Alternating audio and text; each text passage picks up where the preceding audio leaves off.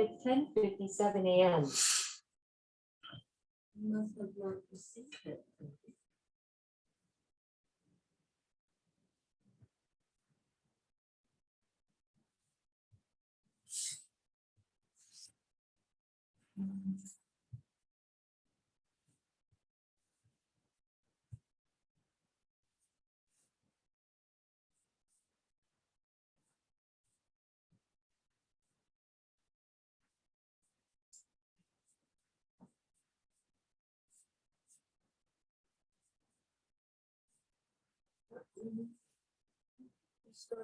No.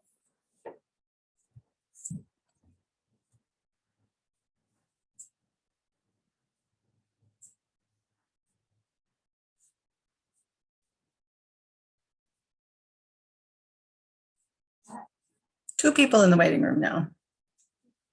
Yeah. Then I have to talk to them instead of messing around with the system. You only have 2 minutes to go.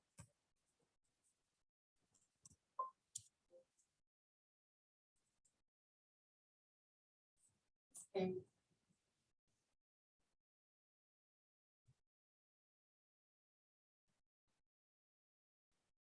Ugh.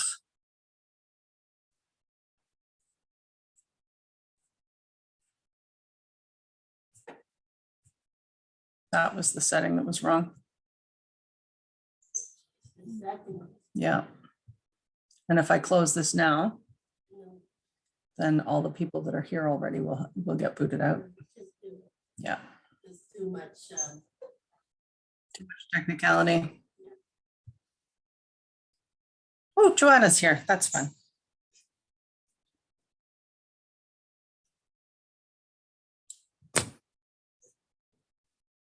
Be quiet now, please.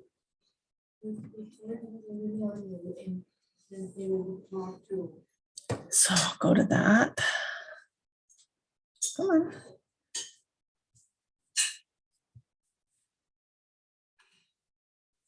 Yes, Bobby, I'm putting this down. Alexa, what time is it? The time is 11 a.m. Perfect timing. Can I bother you for a glass of water since I just thought of it?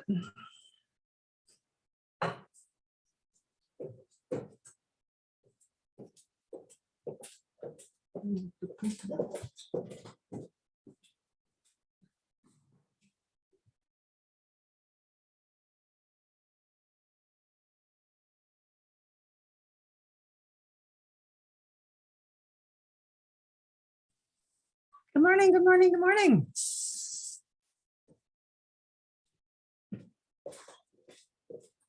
I think we'll wait a couple minutes while people keep getting in here. That's a tiny glass of water. And I need to remember to hit record, or there will be not. Morning, Joanna. Very early morning for you, I think, or middle of the night, isn't it?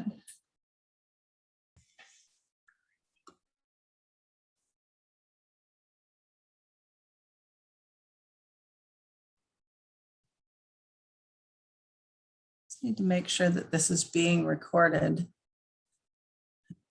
Get started. Lee, can you tell me if you got a recording notification? Yes, I can see it's recording. Okay, good. Because apparently I can't tell that. Oh, 8 o'clock in the morning in New Zealand. Okay, that's not bad. Yes, it's recording. Yay!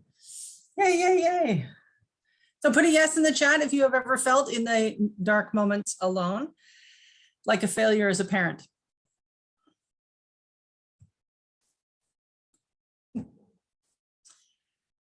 Who here would like to feel confident as a parent during the challenging phases like toddlers and tweens and teens?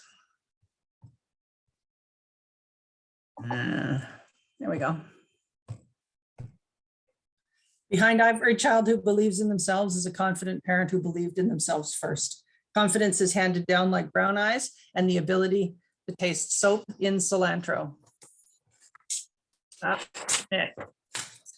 Today, I'm going to identify the 5 mistakes that people make that lead them to feel uncertain, and the 10 steps that you can take to become confident, calm, and effective parent you would like to be. I was the good child, the middle kid who excelled in school, who had easy, quiet, funny, cooperative all through my childhood and teens, until I was 12, when I started routinely leaving the house at 11:15 at night. I'd wander around the neighborhood until 5 o'clock in the morning and then go home and go to bed. And my mom would wake me up for school. I used to hang out at the cop shop and every now and then meet up with friends on the golf course and mess with the sand traps. I didn't understand what was going on then, but I started reading psychology when I was 13. I was looking for any explanation for why it was that I would leave the safety of my house to go walk about in the middle of the night. Why nothing in my life seemed to match. My home life was easy and fun and peaceful mostly, and school was super easy for me, but I was filled with tension all the time. I had lots of free time to do anything I wanted, and I had never had any drive to do any of it. After more than 40 years of reading, I still have never come across anybody else's explanation for why it is that I went walkabout in the dark. What I did find was a whole other way of thinking about everything, from thinking to historic and cross-cultural perspectives on the way things are. I finally figured it out. I left the house in the middle of the night because for me, there was absolutely no difference between the danger in my house and the danger outside. It didn't feel dangerous to me to be out wandering around in the dark.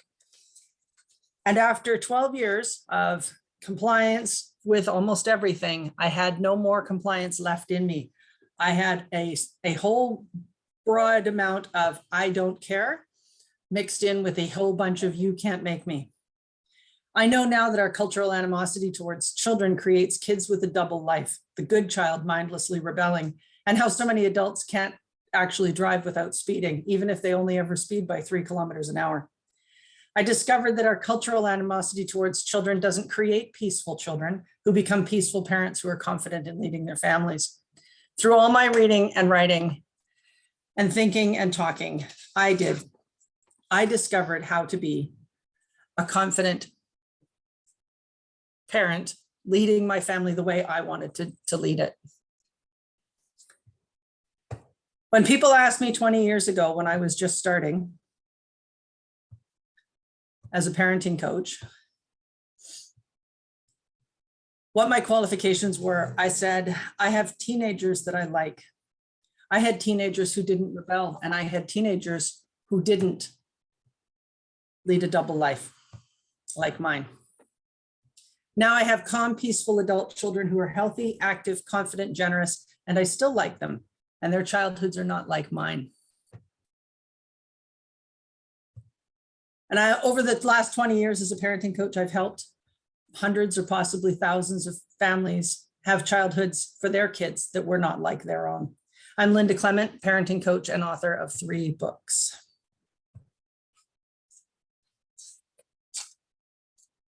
Whoops, undid that too soon. This technology thing, I was going to have a helper, but it turned out that I couldn't actually have a co-host on my meeting. So many technology fails today. Are you frustrated and being unable to create the peaceful and happy family you dream of? Are you dreading how much worse your teen years might be? Are you striving to feel confident and strong as a parent? If you feel like you're struggling more than you want to, and more than you believe was possible, and you want to understand the 5 mistakes that you are probably making that kill your confidence, and learn the 10 steps that will help with your confidence, and understand what it takes to create the peaceful and connected family you want, so that you can feel much more confident and effective as a parent, then you are in the right place. The information you're about to get in about the next hour will begin to transform your family, your relationship with your kids, and put your feet on the road towards the confidence of knowing that you feeling as a failure is not inevitable or outside your control. If you take on the challenge of the hard work involved and look honestly at yourself and what you've tried, even if it initially feels worse. Now, I was going to put something in the chat that I've completely forgotten about. Does everybody have the handout? I sent it in the email, but that didn't go very well. Let me just grab the link for that.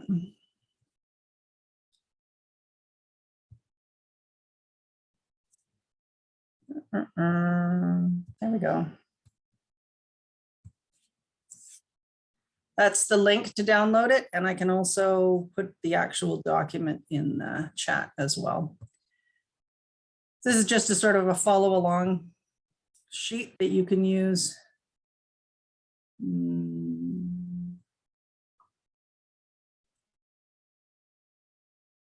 No, I'm not going to find that this time. All right. If you look honestly at yourself and what you've tried, even if it initially feels worse, if you show up as the real you, braving not fitting in with everyone or agreeing with everyone, including me, if you really want to get closer to having the confidence and success that you dream of, you will have to do some work. You'll have to take the exercises involved in this to heart and really look at what it is that you're doing in your life that is not making your confidence any better. You'll have to feel your way through what's true for you, possibly shed a few tears for the lost illusion that it'll be fine no matter what kind of a mess you make, and take the steps towards the changes you feel confident as a parent. Believe it's possible for you to feel confident as a parent. If you were sit through this entire masterclass hoping that the magic happy pill of just listening to me talk for an hour would automatically make you feel confident, you're wasting your time. There's absolutely no pill that can make you change your life without you having to make some changes. And change is always uncomfortable. So as you show up and step up and start up the path towards higher levels of confidence and success, let's get started. If you keep your camera on, then I can wave at you. See all your lovely faces, but please stay muted so that the background noise doesn't make it difficult for other people to hear. And as you can see, it's being recorded, so there will be a replay. Right from the beginning, I've indicated that it's possible for you to have a brighter future when you have the skills and knowledge to know what shakes your confidence, to feel confident moving into the challenges between the tween and teen years, to understand what makes families peaceful and connected, and to feel successful as a parent the way you want to.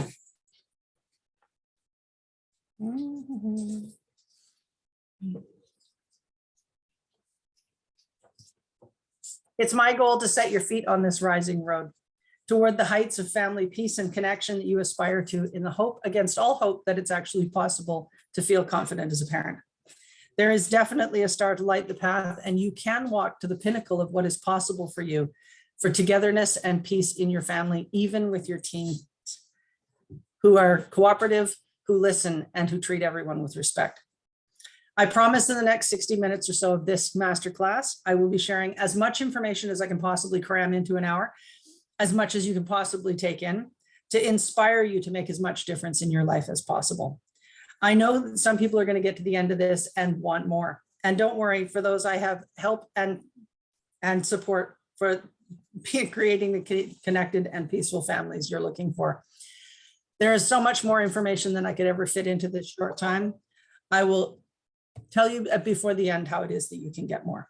Is that okay? Morning, Siren. Dark times are coming. If you haven't had any struggles with the toddler years, you have the tweens to look forward to. And if you haven't had any struggles, or you haven't had the tweens yet, you have the teens to look forward to. And if you haven't had any struggles with the teens and you're already past it, why are you here? Right away, I want to know on a scale of 1 to 10, with 10 being confident all the time and 1 being confident, what is that? How often do you feel confident as a parent right now? If you could answer in the chat, 1 to 10.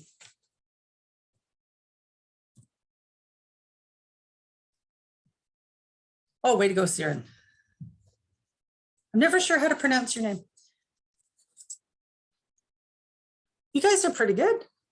Shirin, okay. Awesome, thank you. When my youngest was first learning to drive, she asked me, how long did it take after you learned to drive to feel confident? And I looked at her.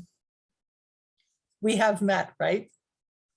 And she laughed and said, oh, right, of course. Charlotte, when the hospital released her to go home with her baby, thought, what is wrong with you people? I don't know anything about being a mother. You're just gonna let me take her with me. Somewhere between me and Charlotte is everybody else.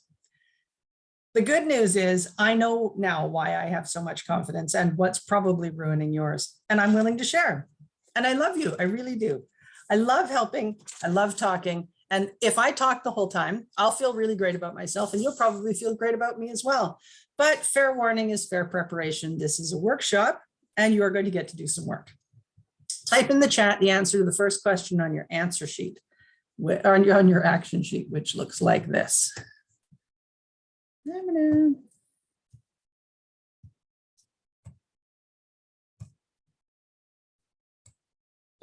What would you really like to eat today? What would you really love to eat today? If you could eat absolutely anything, what would you love to eat today? Prawns. Good answer. I like prawns. Cheesecake, ice cream, chocolate, something sweet, pasta, a seafood platter, the whole red velvet cake, pizza. Awesome. What would you like to weigh in 3 years? Oh, affogato. That's a good idea. The next question is, would you love to take an extra 2 days off with pay next week just to have fun, just to have a completely relaxing, easy, super day? Oh, no, that looks good, Ashley. What are your career goals? Clarifying your goals or what your goals really are and making sure that your choices today are aligned with those is really important. Are your goals probably aligned with your choices today? Would 2 days off your business next week help get you to a successful business in 3 years? Or would eating the prawns and the affogato get you to the weight you'd like to be in 3 years? Not knowing what you want to accomplish is so often in opposition of what we try to do. So it's very important that you don't give up what you really want for what you want today.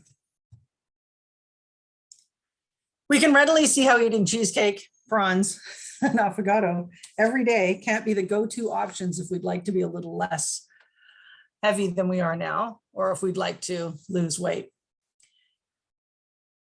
But there's something else that clutters up your confidence that's very similar. Oh, confused goals. That's number 5. This countdown for 5 goes backwards like David Letterman. Number 5 on the 5 mistakes people make is they confuse their goals.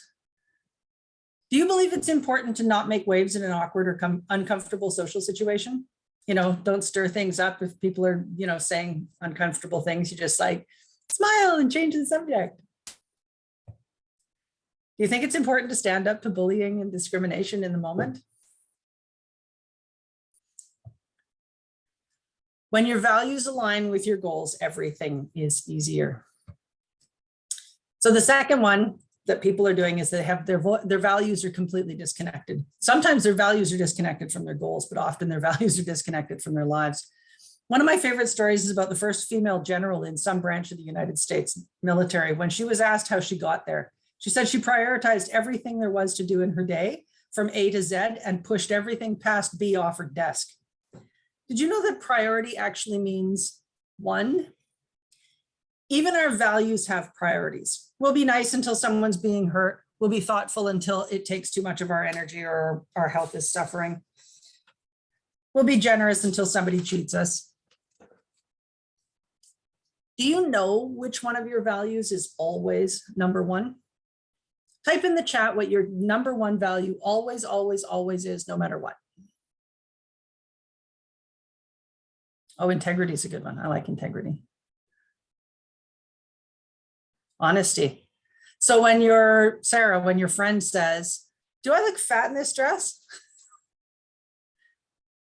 Is that when honesty comes right up to the front? Charitable is nice. I like respect. Respect was always mine. Respect was my number 1 in my house all the time. You could do anything you wanted if you could argue that it was respectful. Still honesty, but with kindness. Very nice. Very nice. So perhaps kindness is actually a little higher up than honesty. If you don't know, this is work that will genuinely help your confidence in parenting, because there's nothing like having more than one person in the building to create the inevitable conflicts between needs and wants and desires and preferences that everybody has to work through. When you know what your essential value is, it is just simply easier to handle all that stuff. which reveals the importance of mistake number 3. When you don't know, it shakes your confidence every day. Oh, that's weird. Where is that there? I love it when my thing, all right. I'll just go backwards here. Love it when my slide order is not what I expected it to be.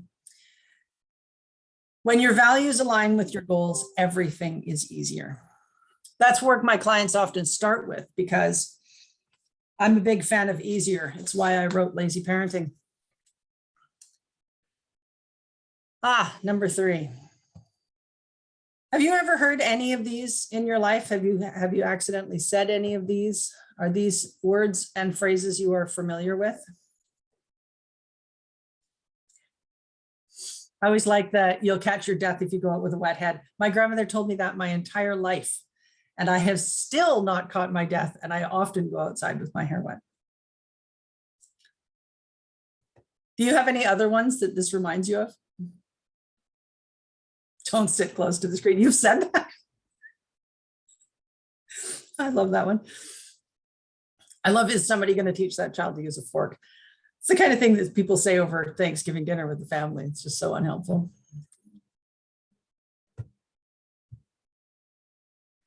The thing is, we absorb a lot of those kinds of words, and often they come out of our mouths because we've never really thought about them.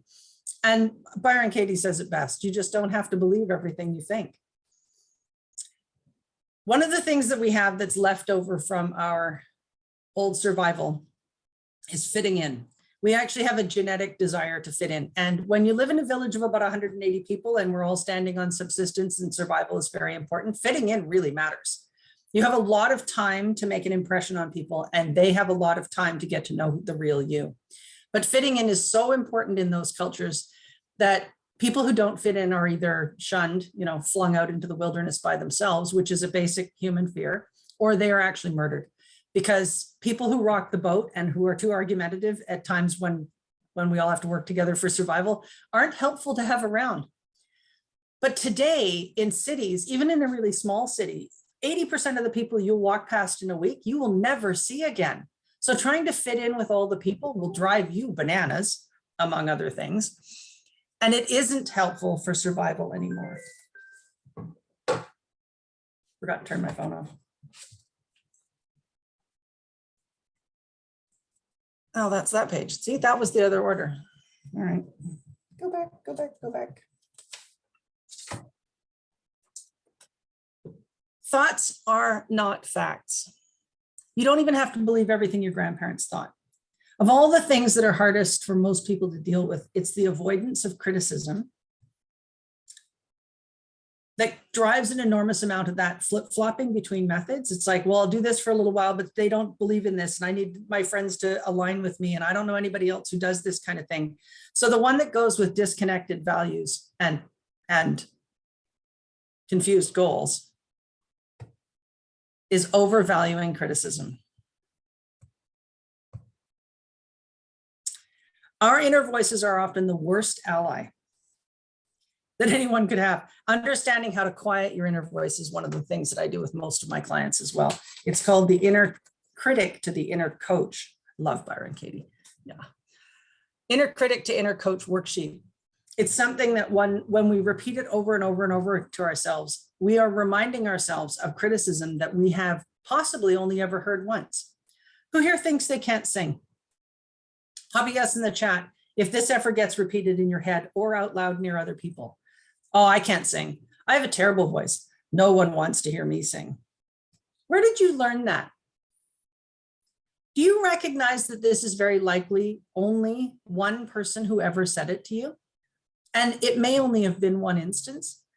The music teacher in grade 2 who thought somebody else had already been paid to teach you how to sing, or somebody who doesn't know that people actually have to learn how to sing. It's a learned skill. It's not something you come born with.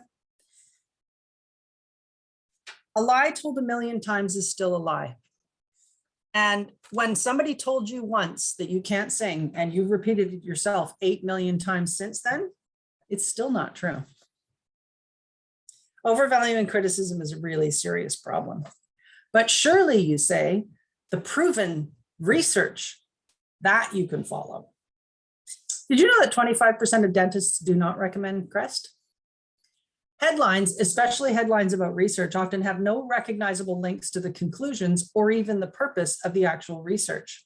So in the chat, true or false, almonds naturally lower the weight of study participants. Have you heard that research? I love that. I actually read that research. You don't know. Yeah, that was a headline. It came out. It's like, oh, let's all eat almonds. The second one is co-sleeping. Bed sharing is far more dangerous than cribs. And the last one is giraffes only sleep 6 hours a night. The research, you've seen the giraffe one or the co-sleeping one?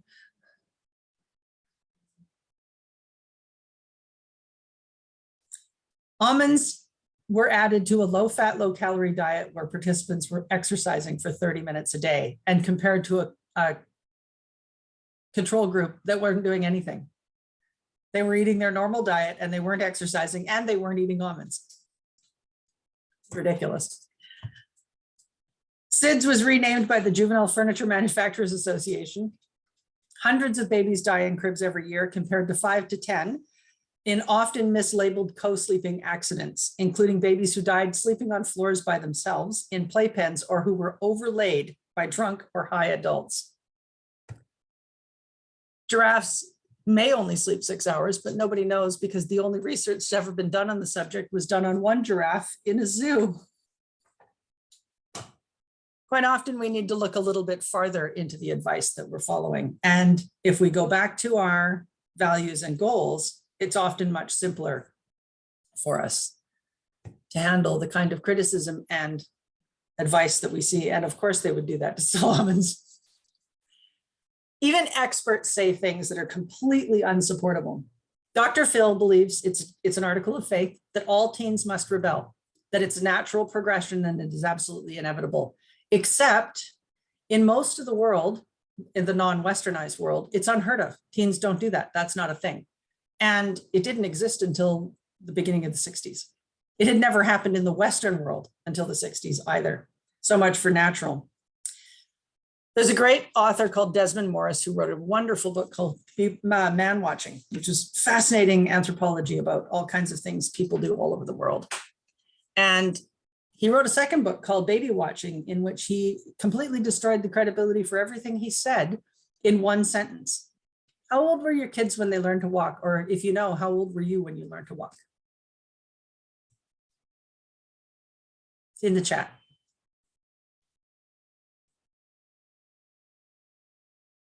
Oh, right on average, 12 months. 9, yeah. Yeah, Desmond Morris said, absolutely unequivocally, human babies cannot walk. It is physically impossible before 11 months. Both of my kids walked at 10 months. To further make this an issue, nearly every single piece of carved in stone advice by authorities and experts has been flip-flopped, often by those authorities themselves. In my lifetime, public health recommended that babies do not ever sleep on their backs because if they aspirate something that they've spit up, they'll drown. And in my lifetime, the same expert said babies must sleep on their backs in order to disrupt a small but significant statistical association with sleeping on their stomachs and SIDS. Babies must be swaddled to sleep properly. And swaddling is very dangerous for babies. It disrupts their natural bone alignment as they're growing. Pregnant people must eat liver 2 or 3 times a week in order to get the iron they need to have a successful pregnancy. And pregnant people must not eat liver regularly because vitamin A levels in liver are too high and vitamin A toxicity is very dangerous to fetuses. Now, those 3 things happened in my lifetime. So even the experts are constantly flip-flopping everything. My cousin's husband said to me when our babies were very small, oh, you can't read parenting books because the experts don't all agree with each other and you can't do everything. You can't read any? Okay. You certainly can't follow all of them. That is not a thing. This one.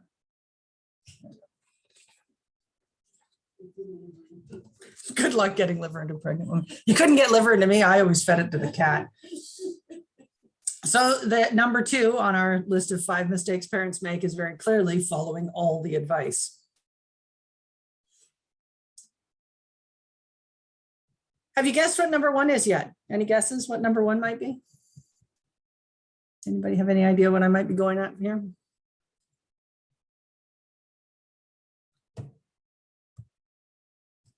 Check how recently copying your own parents. No, I think people who do that feel really confident. This is about mistakes that you make that ruin your confidence, not that make you feel confident. When was the last time in the last week or the last month you responded to a friend's brag with one of your own? Or criticized a photo or video for the background house mess? Or commented on a post about a friend's vacation with a story about annoying kids in an airport or your last vacation? Or muted a friend or changed the subject about reading about their fabulous success or some news of theirs?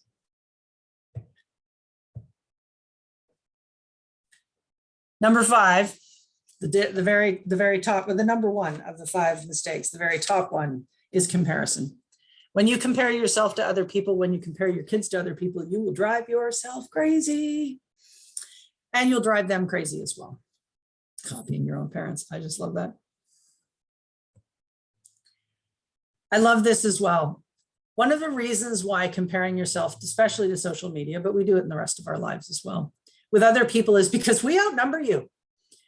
When you're comparing yourself to your scrolling feed on Instagram, what you're comparing your everyday life with, your behind the scenes, I can see everything, you're comparing it with their edited and curated, polished face they'd like to show the world. Even in posts that are, oh, I made this total mess, or look at this big mess, those are always after the mess has been cleaned up or after they've learned the important lesson. So comparing yourself to other people is silly, but also while you're thinking, oh, he's got kids that are so tidy and her house looks like it's in a magazine and their kids are A students, you're compiling all of those people into one idea that you're comparing yourself to.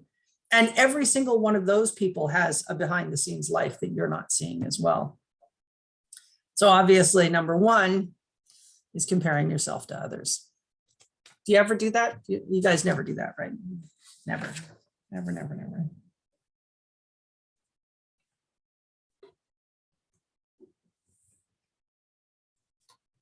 Oh, that was that part. I just said that part. I didn't say that part now. Super guilty of this all the time. So I have to tell you a story of a friend who did this. You know that whole, the in-laws are coming over, so you scramble, you do that. The people are coming, you put everything away. They got a phone call saying their in-laws would be there in about 40 minutes. They're thinking, oh, great. They've just gotten off the ferry and they'll be here in about 40 minutes. So they madly went around shoving all the things in behind the doors and cupboards and stuff. And they had like 3 weeks of dishes they couldn't do in that kind of time frame. So they put all the dishes in the bathtub, figuring, they'll just pull the shower curtain and that'll be that. Well, their in-laws weren't at the ferry. They were at a restaurant that was about 40 minutes from their house. And they came and knocked on the door and said, can we shower? We're really sweaty. Busted. It never works. That whole, shove your life under the covers and hope that nobody ever notices. One of the funniest peculiarities I ever saw in a neighborhood I used to live in was the front of the houses were all like super tidy. They all had nice manicured lawns and all that painted and everything. And they had back alleys. And in the back alleys, they were all slobs and hoarders. There was piles of garbage and leftover stuff and throw it away or go to IKEA. I like it. It's so funny how people do that, presenting to the public and then sort of around the back. And that that's reality. That nobody's going to try and sell their house by taking pictures of their junk drawers or the piles of crap in the basement. We need to remember that we are not the only people with the junk drawers and the piles of crap in the basement. Of course, their lives look better than yours. They've spent a lot of time making it look that way. So we're going to move on to the 10 steps in just a moment. I have one more little piece of advice for you.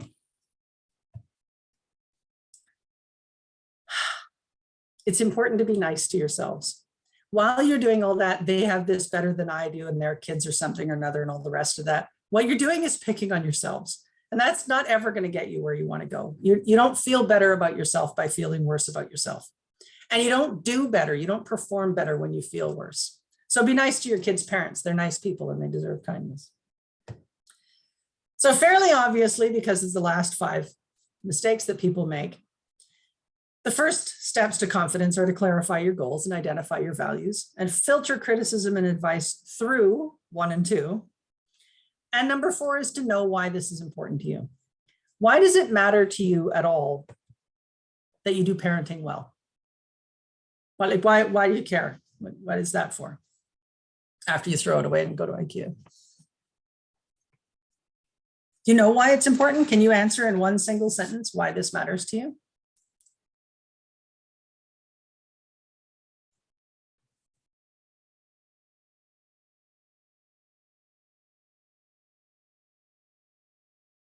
That's a good one. I like that. You want to have a happy child.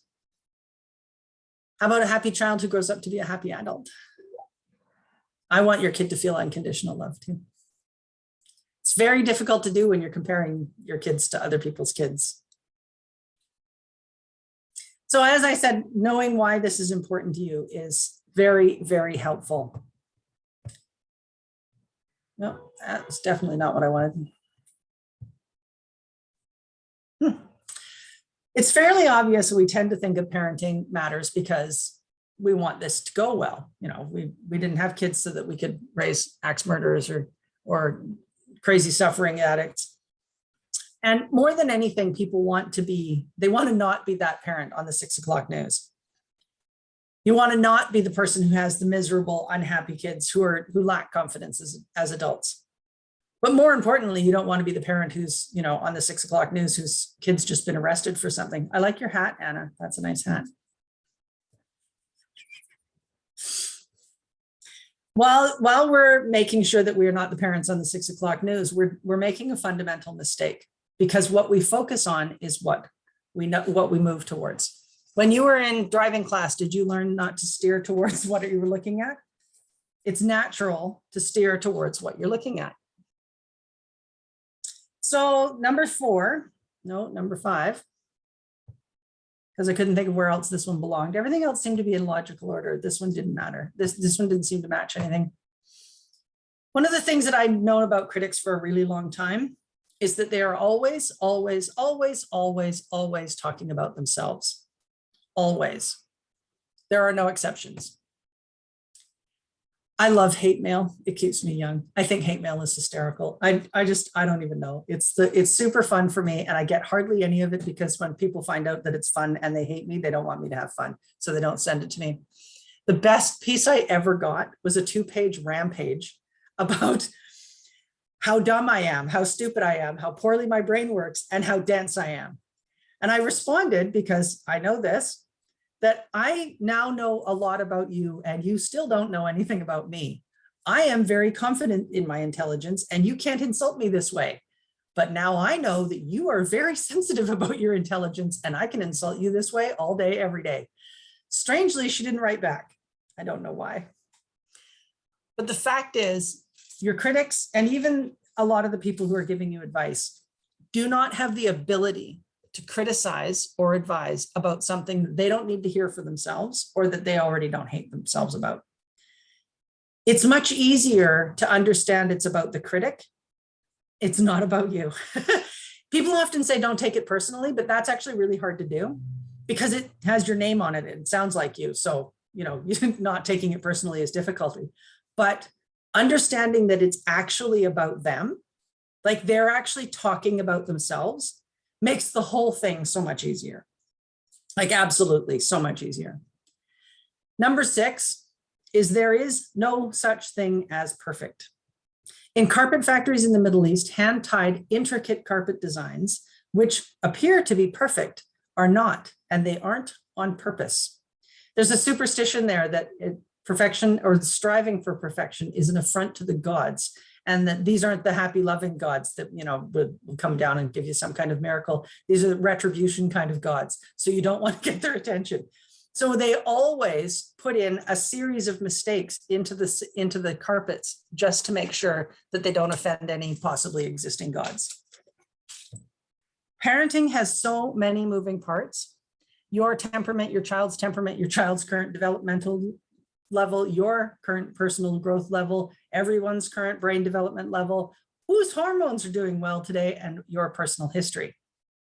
There used to be an argument about whether or not people came the way they are, or if their environment changed them, the nature versus nurture argument. But the fact is, people come as they are, and what happens around them affects them, but is also filtered through them. So it's not nature versus nurture, it's nature interpreting and understanding nurture. So it isn't possible to know enough about a person to know how to be a perfect parent for them. It isn't possible. You know what will always destroy your confidence? Is trying to be perfect. If you're having a war with reality, if you're trying to do something that is actually physically impossible, you will not feel competent. And competence is what creates confidence. If you cannot be perfect, then you cannot be confident if that's your goal.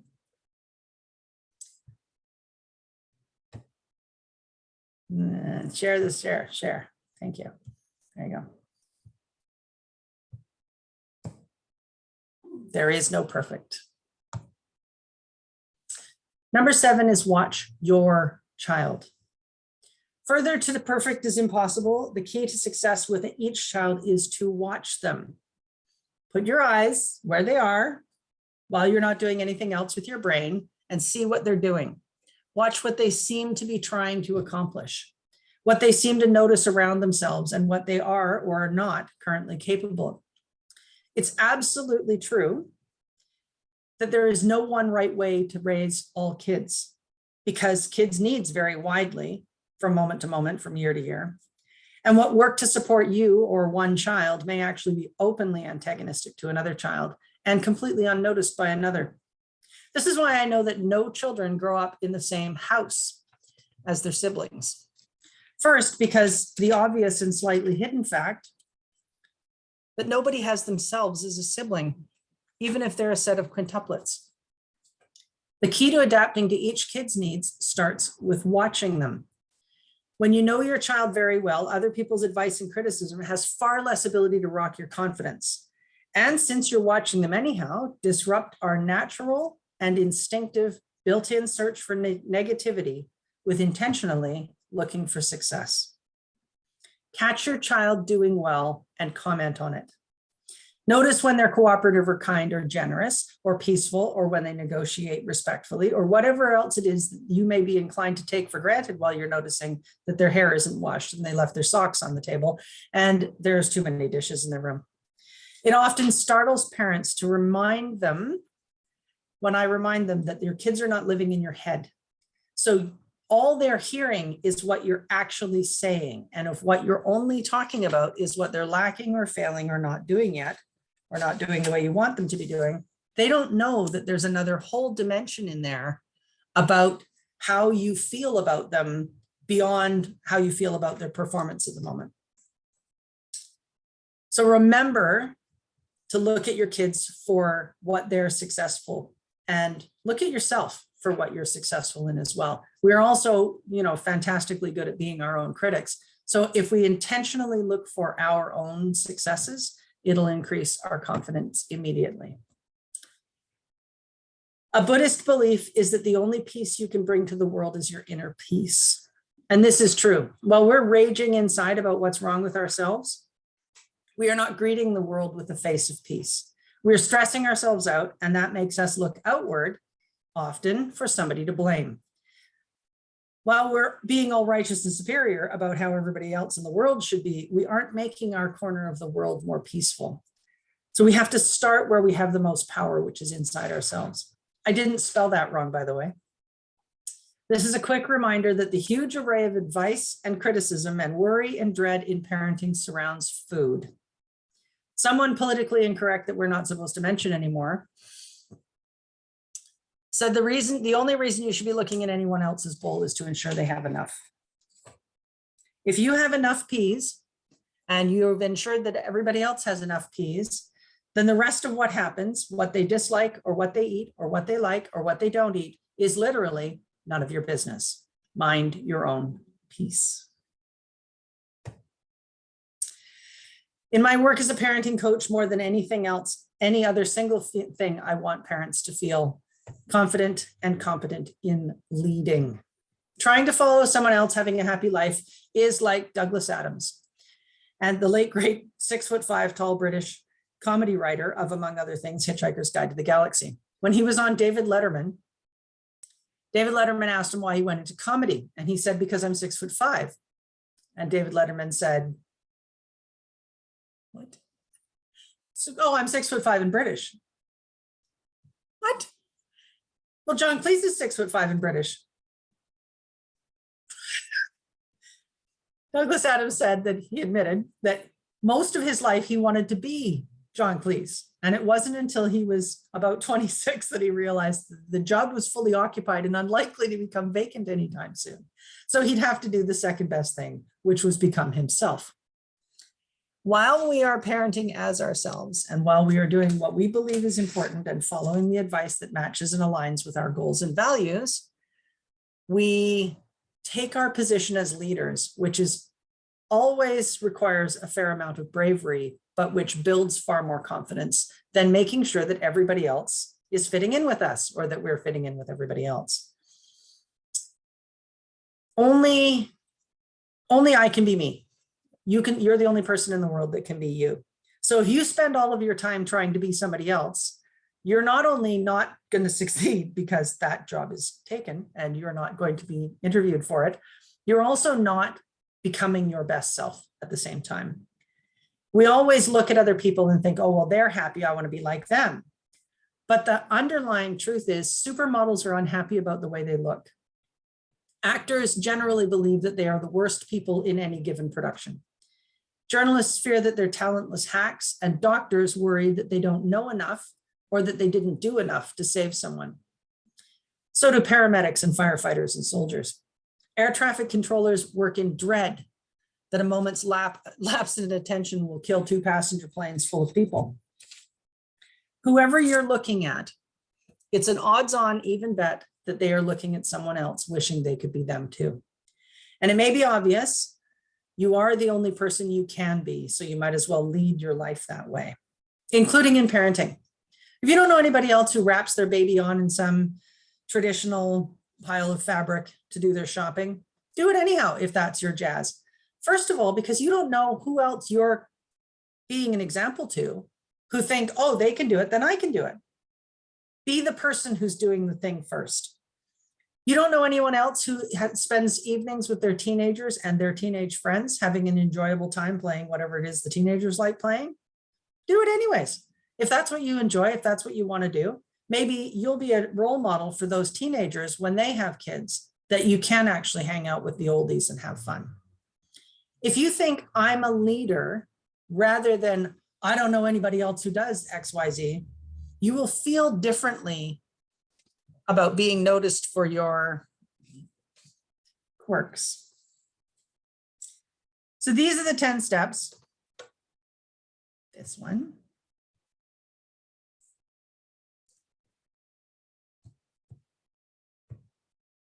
Oh, all right. Now, this didn't take as long as I thought it was going to. Oh, we're about an hour. That's okay.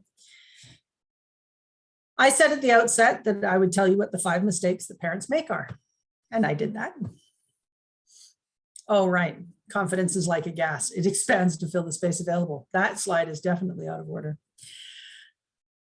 When you stop making the mistakes that you've been making that damage your confidence, what happens is your natural confidence is restored. You would end up with the confidence of a 2-year-old who's already learned how to walk and is now learning how to run. Kids come with confidence, and you used to be a kid that came with confidence, and somewhere along the way, we've had it all smashed out of you. So the trick is to stop smashing it out of yourself so that it can regenerate itself into your natural confidence. And I shared the 10 steps to be more confident.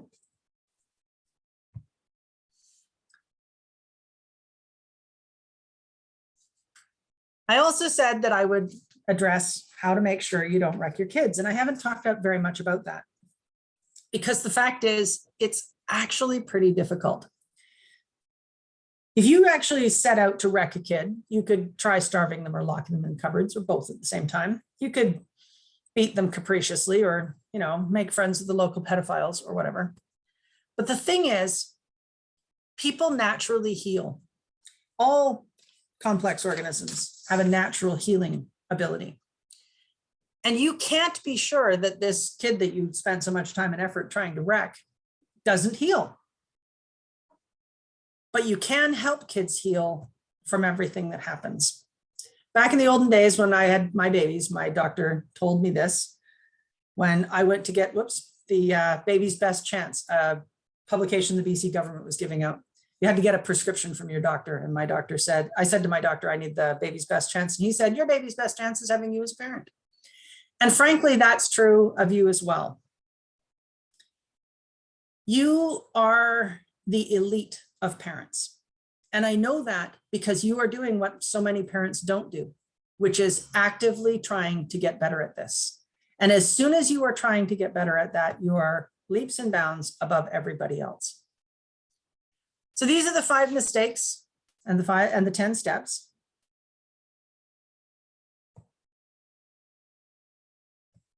Yep. Since you are here, you took the steps, you signed up and showed up, and all of that work by itself makes you a better parent. Not only do you care about and love your kids, but you also strive to improve how you handle them and their experience of life.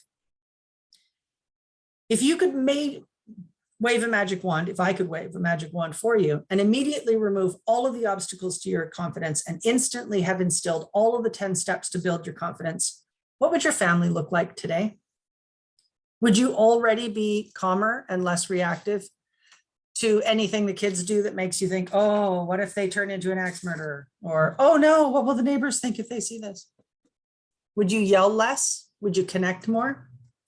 Would you have more fun? Would you feel stronger or wiser or have a more satisfying life? If you spent less time struggling with your kids, what would you do with the time instead? Would you take up a hobby? Some much needed self-care? Connect with a friend? Help someone in need? If you weren't lying awake at night dreading the struggles of tomorrow, how much more sleep would you get? How much better rested and calmer and would you feel even when the circumstances are challenging? How much energy would you have? What would you do with all that energy? If you could imagine having an hour or 2 of more focused energy in your day, what would you do with it? Type in the chat what you would do with an extra hour or 2 of extra energy in every day.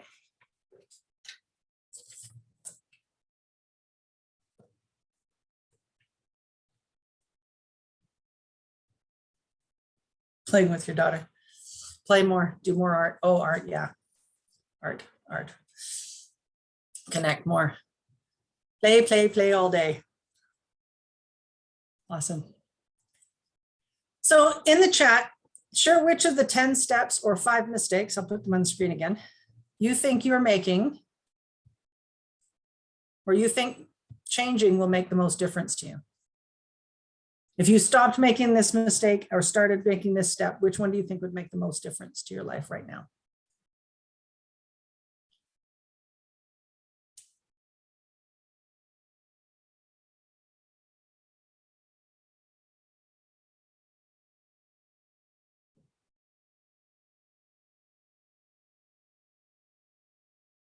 Overvaluing criticism and comparing, absolutely. Understand your own way. Criticism, yeah. I think the criticism is really a huge one for so many people. So just to anchor it right now, set a reminder in your phone or on your calendar for the next Saturday morning at 11. And just make a note to wonder over the last week, has that changed at all?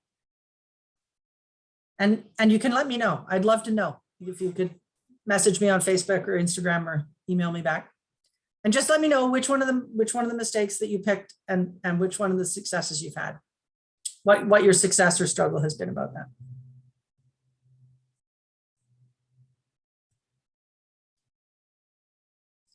You have demonstrated with your resources, even if you're watching this on the replay, that your kids are worth the extra effort to you. And that means without luck or rainbows or unicorns, that you know you can build a peaceful, connected, and loving family that you dream of. You can expect to have older kids who hang out from Christmas Eve through Boxing Day night with their grandparents and their cousins and their babies and their boyfriends and their friends with no impatience to leave, no nagging, no drama, no struggles at all. Teens who are free not to hang out for 3 full days with their family over Christmas and who chose to bring friends as well. You can create a family who vacation together, bringing along their kids, their new loves, when they're 19, 27, or even 48, who are happy to spend extended time with their parents and grandparents, and even their parents' friends, with absolutely no urge to get away from the oldies. Teens who pop up from the table and spontaneously help clear and serve a 7-course meal for 8, unexpected and unasked, without a word. Siblings who seek out each other's company, who build companies together, and who buy their parents' houses with the profits. Every one of these stories is from real life, and every one of them is possible for you and for your family. You caring this much, your time on a weekend when you're free to do anything, your attention when there are a million distractions available, your energy to learn more about this parenting business proves one thing. You care enough about how you parent and believe it's both possible and important to get better at doing it. And you know it's a struggle, uphill both ways. In reality, you've just discovered these 15 things that impact your confidence. And right now, what you have is an hour and 7 minutes of more information than you had. What you're going to do tonight at dinner when your child says, Jenny's mom makes all their salad dressings and they're really good. Or Tan's dad grows fresh vegetables for his family. Or your toddler pulls a fish out of the tank and throws it against a wall. How you react to that tonight with all this information you've just received. You might notice it becoming clear that your habitual thoughts and even some of your lifestyle are impacting your family in a negative way. Parenting is seriously complicated with so many moving pieces. Your family and experience growing up, the voices you heard your whole life, do this, don't do that. Finding your parents' words coming out of your mouth, always a delightful experience, and losing your cool over trivial things that you later wonder why you cared at all about them. The vow you made as a child to never do that to a child of mine, all with a background of the society with genuine threads of hatred for children. Parenting is overwhelming and frustrating, plus criticism. What worked on one child is a horror for another. And the long tail of command and control strategies that work in the moment, but come back to bite you in the end. The unfortunate truth about reality is that it isn't always shiny and pretty. And the face we display in company or on our social media feeds, even the oops, I messed it up posts tend to be polished with what I learned. And it all turned out great in the end, which we simply have to acknowledge doesn't even address why we're lying in bed at night, dreading the coming struggles. I once wrote an article about an Oprah episode where a mom was dismayed that this was really hard. All she'd heard about was how great being a mother was. And I thought, who have you been listening to? How have you not heard all the criticism of mothers and the criticism of mothers talking about their lives? I wondered how she'd missed out on all the, this is exhausting, grotty, snotty, horrible, and distressing, often soul-crushing work. It is the hardest job you will ever love. And loving this job is so much easier if you figure out how to be confident and competent. If you learn enough about the kids' ages and stages to know how to handle them with ease, and if you take the steps beyond living the secret and isolated life of a terrified and confused parent, you are on the steps towards the change that you need to make yourself grow in confidence. And right now, you may be recognizing that there is still so much more that you need to reach the peaceful and connected family that you dream of. I promised at the outset that I'm here to help parents who need and want even more. For you, I am here. I've got you. I have a simple and free invitation. I'm available to every one of you if you are seeking to become the parent of your dreams. If you decide to leave behind coping and want to reach your own high standards, the standards that you vowed to yourself as a child. This is one step, an opportunity to discover clarity for your family and learn what the next steps you need to take are to move from where you are today to where you really want to be and stretch yourself to your dreams and beyond the limits of what you're afraid to believe is really possible for you. If you're ready to explore what making an investment in the future of your family is like, I invite you to book a free family clarity call with me. Absolutely no strings attached. This is the link, and I will be sending it out in emails that will hopefully get to people this time. Before you book the call, you need to know if there's anyone else who needs to be with you to hear the information so that you can make the decision about whether or not to work with me and whether or not working with me is 100% right for your family. And to coordinate your calendar so we can meet all at once. It's so much simpler to have everyone involved in the decision to be there so I can answer any questions they might have that you wouldn't think of asking. After this call, you will have far more clarity about what your family needs you to become as a parent and what the next steps for you would look like on your journey towards creating the connected and peaceful family you dream of. You will identify the areas of learning which will have the most impact for your family the fastest and a much clearer picture of where your family is right now. Everyone here today and everyone listening to the replay will also receive one of the worksheets that helps my confidential clients uncover their real goals in this important work, one of the first stages of my family clarity curriculum, which is included in every one of my Thrive Parenting coaching packages. I have always found that the clients who have the most success in creating their common connected families are the people who take action quickly, the eager seekers striving to become their best selves in every area of their lives, the people who don't hesitate to give a new idea that resonates and put it into practice from the first moment they discover it. So if you're a parent who wants to lock into this opportunity, the booking link is on the screen, and I invite you to this exploration. When you book, please use the same address that you registered for the masterclass. That will let me know that you are eligible for the worksheet to get you started. The best time to plant a tree is 20 years ago, and the second best time is now. Before we move on to the Q&A segment, I have a bonus tip for all of you to build your confidence more quickly. In a conversation with a parent on Facebook one day, she described a problem she was having the most difficulty with in her life, her family's diet, because they were eating mostly takeout and packaged food because, in her words, she was a terrible cook. She got lots of advice for all kinds of different packaged foods that she could buy instead.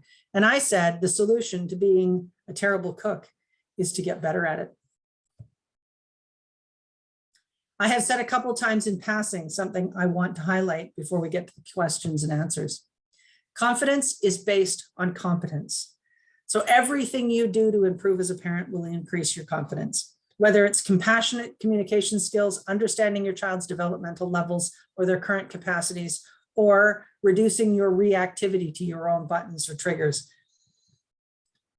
Keeping in mind your long-term goals and primary values, getting better at life makes everything easier. Lifelong learning is wonderful, challenging, and uplifting thing.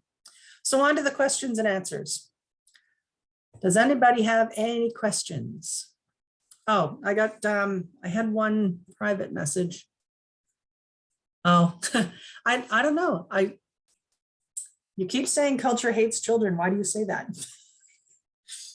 As a child, especially as a teenager, I absolutely personally felt like the culture hated me. There was just this, the kids are useless. They're a waste of time. They're annoying. They're in the way, make them go away. Don't let them hang around being kids anywhere. The rec center across the street from my house, I wasn't allowed to sit around in the lounge because that was for real people. We have a culture of child hate here. How do you stop yelling when you're frustrated? Oh, that's a fantastic question. I love that. When you've been pushed over the edge, there's two parts to that, and it's the same as temper tantrums in kids, because it is a temper tantrum in an adult. The first thing is seeing it coming and getting better at disconnecting the steps that it takes to move towards that as you're sort of running down that hill of, I haven't had enough to eat, I haven't had enough water, I haven't had enough fresh air, I haven't had enough exercise, I haven't had enough rest, and then something went the way I didn't want it to go. If you can stop that slide at the beginning, then you don't get to the bottom of, and then something went the way I didn't want it to go, that makes that happen. And the second one is recognize the feelings in your body as they rise and make a vow to yourself that when you feel that way, the first thing you will do is not move at all. Just, it's the first chapter in lazy parenting. Do nothing. It's almost certainly not the emergency that it feels to your body. And if all you do is stop yourself from talking or moving, then you can take a breath and then you can ask a question like, is this really a big deal? Is this really a big enough deal to make my kid look at me with those eyes? To get as a much better sense of your physical experience in those moments so that you can feel it rising and absolutely stop yourself from doing anything at all. It feels like an emergency and you have to deal with it right now, but almost all of that is not true. And it's actually that you need more water. You're probably thirsty. You might need a nap. Yes. Any other questions? Feel free to take yourself off mute and ask a question out loud. You're welcome, Joanna. This is, oh, okay. Any other questions? I have a question. Leslie. I have lots of mom guilt about all kinds of things. What are strategies to get rid of mom guilt? Because being a working mom and yeah, there's many.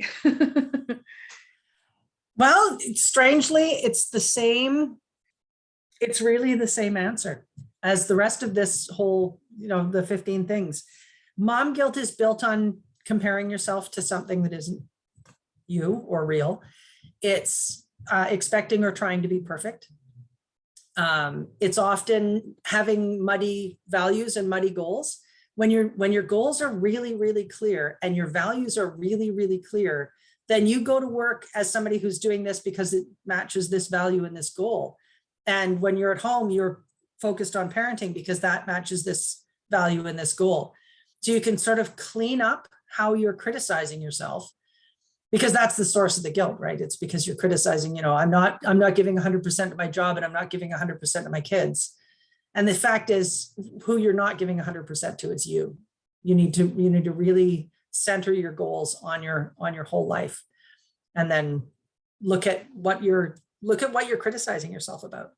And is that because you're expecting to be perfect, or is that because you're actually living outside your values, or is that actually because it's counter to your goals? And that way you can make changes that align everything, and then the guilt just goes away, because then you're living and leading as a parent the way you want to, the way that aligns for you. Time check. Thanks. 12:03. Oh, awesome. We might be done early. All right. I have one last quote. I think I have two, actually, because I seem to remember another one that hasn't appeared yet. So I might have to reorder these slides if I do this again. All right. Successful people make their decisions based on where they want to be. So while Lee is aligning her parenting and her work life with her actual goals, so will everybody else. I love to leave with a quote, and thank you so much for your time and your questions. Do feel free to email me anytime with any questions, or ask on Facebook or anything else if you have additional questions that pop up in your head after this. Thank you for coming. I hope you decide to take the red pill or the blue pill. I hope this information has been helpful for you, and go forth and conquer awesome parents.